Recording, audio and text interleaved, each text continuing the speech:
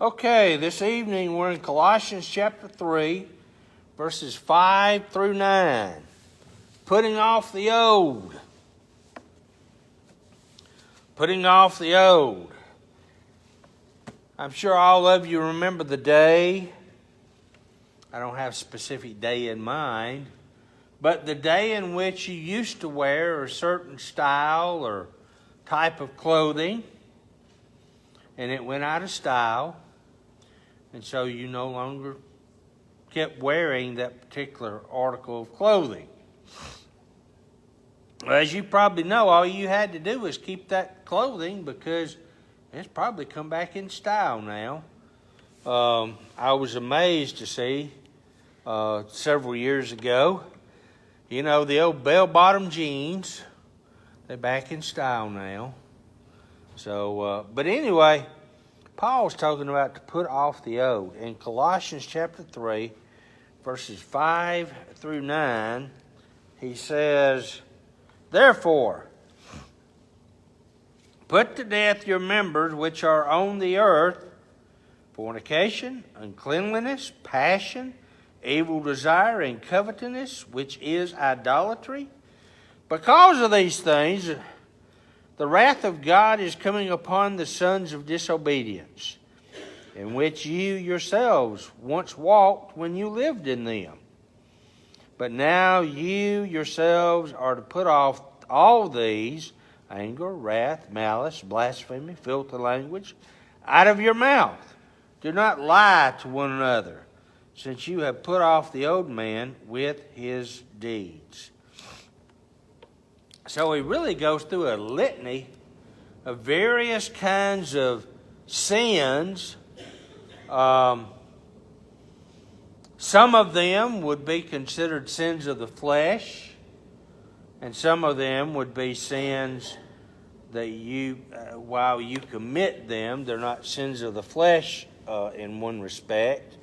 Those things which we do, that we use our body, if you will, to commit.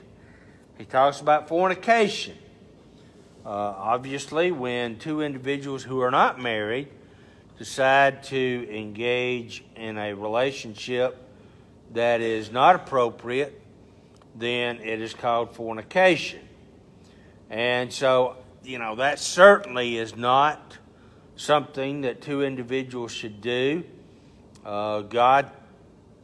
The perfect plan, obviously, is for us, if you will, to wait until marriage to have those kinds of relationships. It's outside of God's plan. And when two individuals engage in that type of activity, there's something physiological that happens when two people do that. So it's not just something that happens and you can kind of go on. There's something, like I said, physiologically that happens to the individual once they engage in that kind of relationship. And so God knows that. And so I really believe that's one of the reasons he talks about when two people marry, they become one flesh, because it's not just a simple act of sexual activity. There's something else that goes on. He's also moves from that to impurity. There's some things that we do that obviously are not pure, and we need not engage in those things. Now, that could be one of the things that happens, if you will, out of the mind. You could have impure thoughts. A lot of people made fun of Jimmy Carter when he talked about, he had sinned when he did not commit an actual sinful act, but he mentally he had gone through that activity, and so he said he had sinned. So you and I need to make sure that obviously we keep our thoughts clean. We need to make sure not only we keep our thoughts clean, but we need to make sure that we also do not engage in impure type activities. Paul goes on to say lust.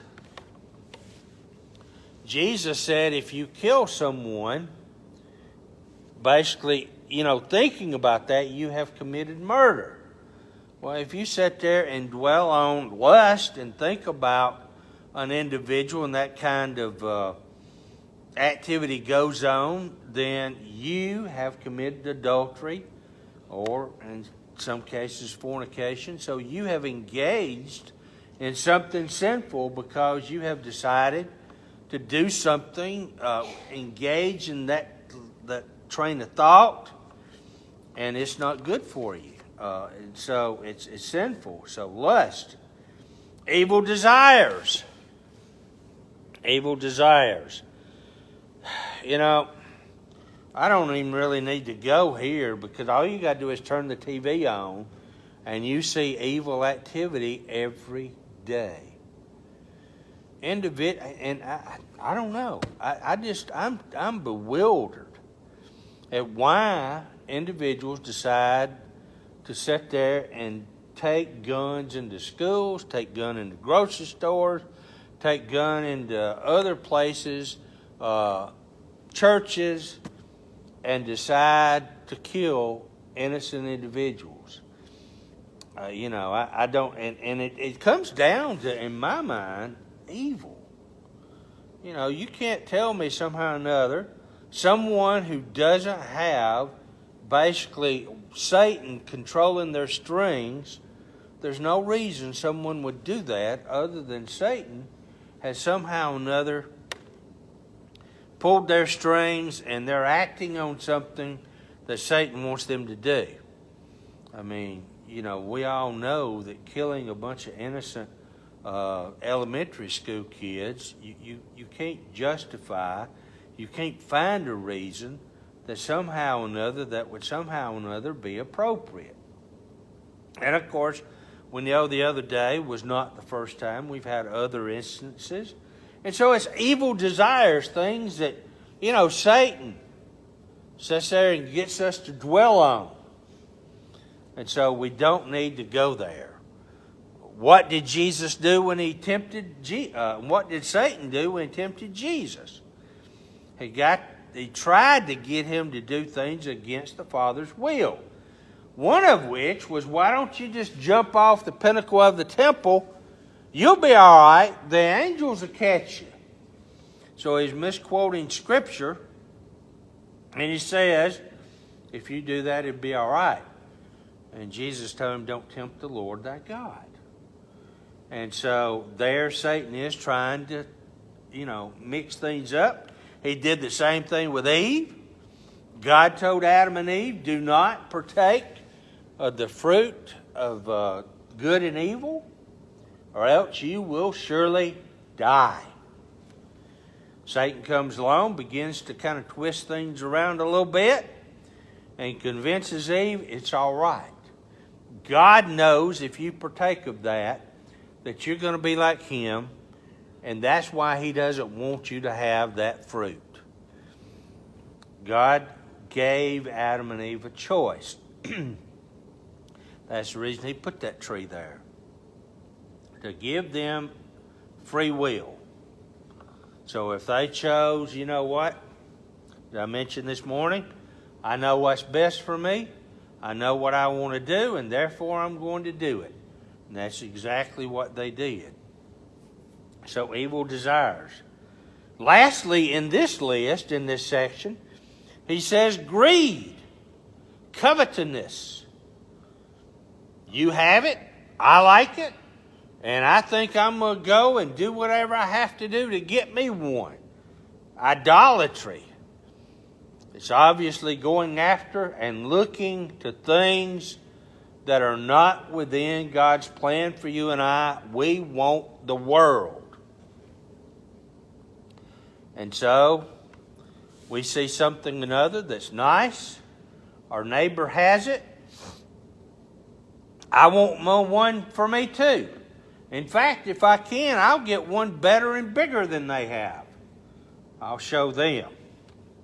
And so we end up getting ourselves in trouble when we decide that we want something that our neighbor has, not because we really need it, but because we like it, and we got to, as they say, keep up with the Joneses.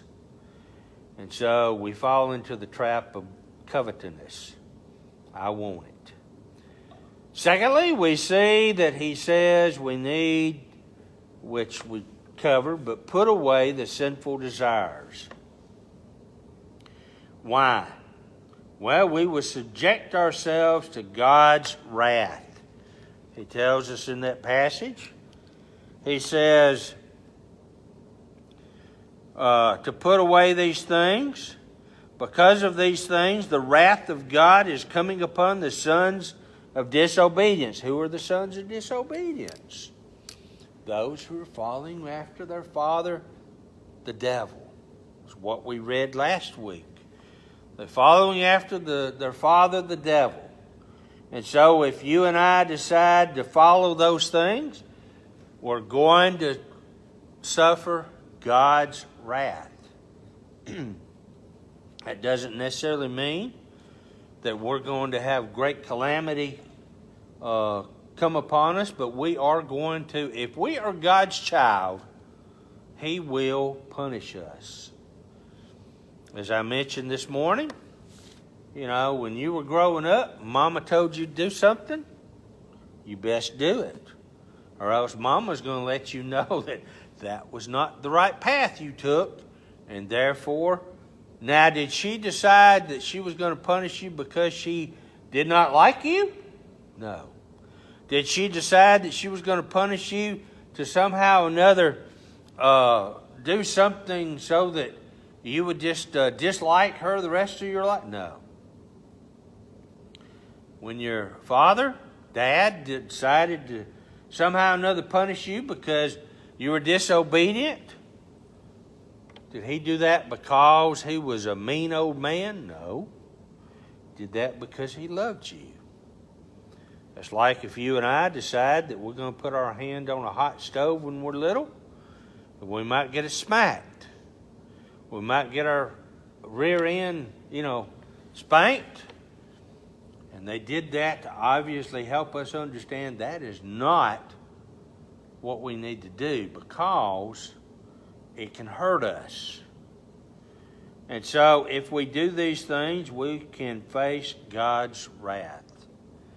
So we don't need to go there. God punishes us because He loves us. Now, those who are not God's children, yes, the ultimate wrath is obviously eternity away from God. And I need not tell you all the things. It's horrible. The things that individuals are going to be facing because they did not choose Jesus. It's terrible. For all of eternity, forever and ever and ever and ever, they will suffer. You see, in heaven, we're going to have a wonderful time. It's going to be joyous. There's not going to be sickness, no disease, no sadness. On the other hand, in the devil's hell, you're not going to be happy. You're going to be sad or mad.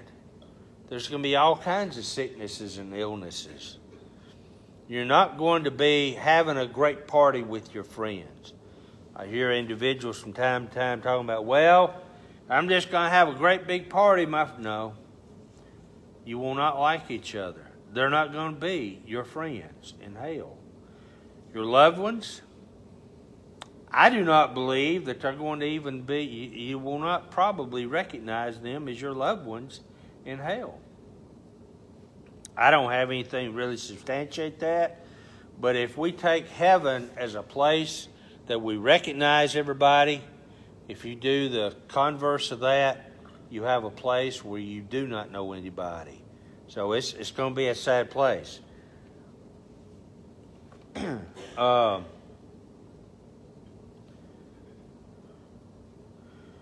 He tells us to put away the sinful desires. So because we're God's children, We no longer are in bondage to the old life. If we're God's children, we're no longer in bondage to the old life. No longer are you held captive over those sinful desires. No longer are you an individual who simply wants to do or continues to do the thing of the devil, because he's not your father. The Holy Spirit now guides you, and you want to do the things of the Father. Lastly, or next to last, he then goes into another list of sinful acts that we need to avoid.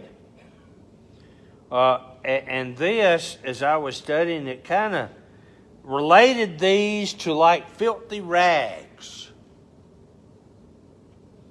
These are the things, obviously, that are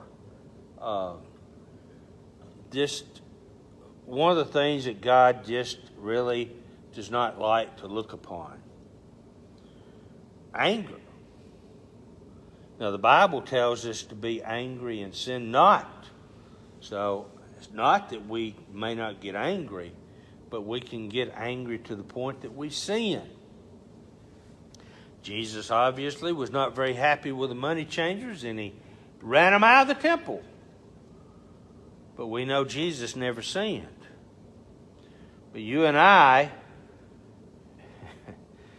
won't ask you to raise your hands. I don't want to, but you know, we may have one of those moments, you know, that we get mad, and you can feel your blood pressure going up because you have gotten so mad. Some individuals have gotten to the point that they're so mad that they literally start crying. Both my daughters have told me they've gotten so mad they start crying because of anger. Someone has wronged them, and so, you know, you can just, you know, you kind of, if you're not careful, you can lose yourself with anger. You start thinking about that word that we talked about earlier. You may have murder in your heart. Not that you're going to necessarily run out and find a way to do that person in, but in your heart, you've said to yourself, yeah, you know, I take care of them. Of course, you never go through with it, but in your mind, that's where anger leaves you. He goes on to talk about wrath. And so wrath, you know, we find that we want to do certain things because of anger. You know, now we're talking about maybe I can put into action some of these things that I've been thinking. It's just taking control of me. And so a word that I have down is rage.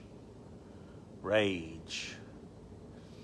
As I mentioned, anger, sometimes you may feel your blood pressure getting up, but now you have gone to the point to where you've got rage building up within you.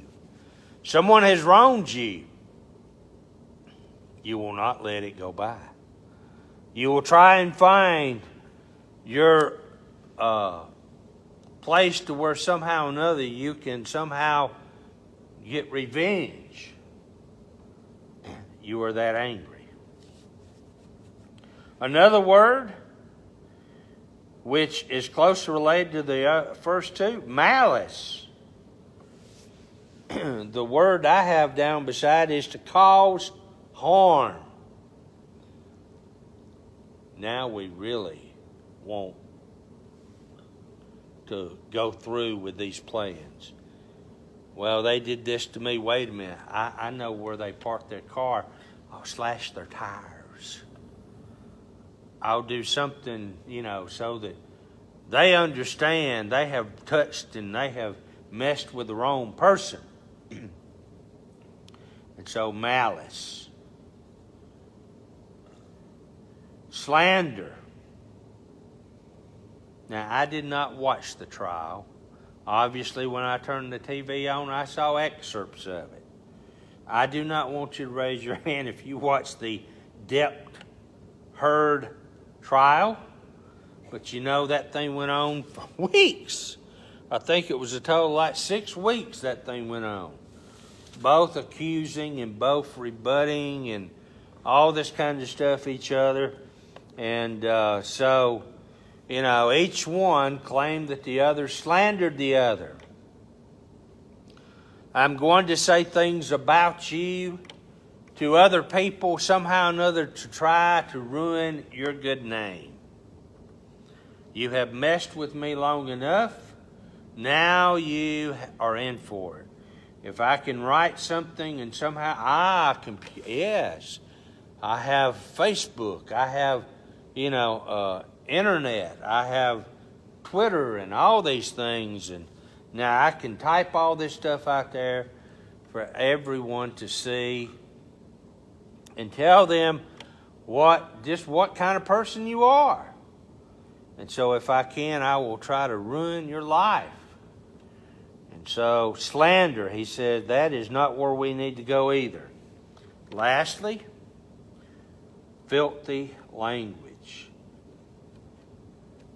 I don't know why, as a people, we have somehow or another accepted the fact, if you really want to make your point, you just kind of use that colorful language, if you will. And then they'll know that you really mean what you say. Because if you put a few of those colorful words together, they'll know that you're being serious. I don't understand why we simply can't say what we need to say without somehow or another trying to use words that are really inappropriate. If our children shouldn't hear them, we don't need to speak them. We don't really need to hear them on TV and at the movies either. The whole world gasped when Rhett Butler said those famous words, "Gone with the wind." Some of you may remember that. I don't know. But, everybody thought, shouldn't have said that. And now it's much, much worse. People are saying things that obviously, and it can be in a commercial. Your grandchildren come and they're liable to hear things that obviously you don't want them to hear by simply sitting there and they're watching some show that's okay, and then a commercial comes on and they say something that's totally inappropriate. And there's no such thing these days as a good family movie. I'm not even sure if Disney has good family movies anymore. Lastly, it makes one final point. Verse 9. He says here, "Do not lie to one another, since you have put off the old man with his deeds." Do not lie. Well, it's all right. It's a white lie. It's okay. It's not a bad one, because it's just a white lie. There ain't excuse me for my grammar, but there's no such thing as an appropriate lie. Now, I don't know how you're going to tell your wife that dress doesn't look good on her. I don't know how you're going to tell your spouse that, that really is not a good job that you did. I don't know, but I know telling them a lie is not what we need to do. So you have to find some way without telling them a lie to somehow or another convey what you need to say to them. Now, don't come to me and say, "Brother Mike, now what do I need to say?" I don't know that I could tell you that. God hadn't given me wisdom yet to tell you what to say. But we don't need to somehow or another tell untruth to tell someone something or another that, that needs to be said. But certainly if that outfit that your mate is wearing is not appropriate, maybe they need to know that is not an appropriate outfit they need to wear. That just looks terrible. And by the way, that painting job that you did, I'm sorry, but it's awful. I don't know, that's probably not what you need to say, but somehow or another maybe you need to tell them that, maybe I'll help you or something. I don't know. We shouldn't lie because it's not going to help anyone. And so Paul here says we need to put off the old. Because if we're God's children, those things should be gone from us. And no longer should we continue to sit there and do things that are inappropriate, things that do not glorify God. I've told you before, I can't go anywhere where somebody doesn't hardly know me. And you may have the same situation. You've lived in this town for years, and there's probably a lot of people know you too. And if you sit there and mess up, they know who you are. And they know that, probably you go to church somewhere. And so we have to be careful because we have people watching us. And then, as I said a moment ago, if that's not enough, you've got some little eyes on you with them grandchildren, and they watching too.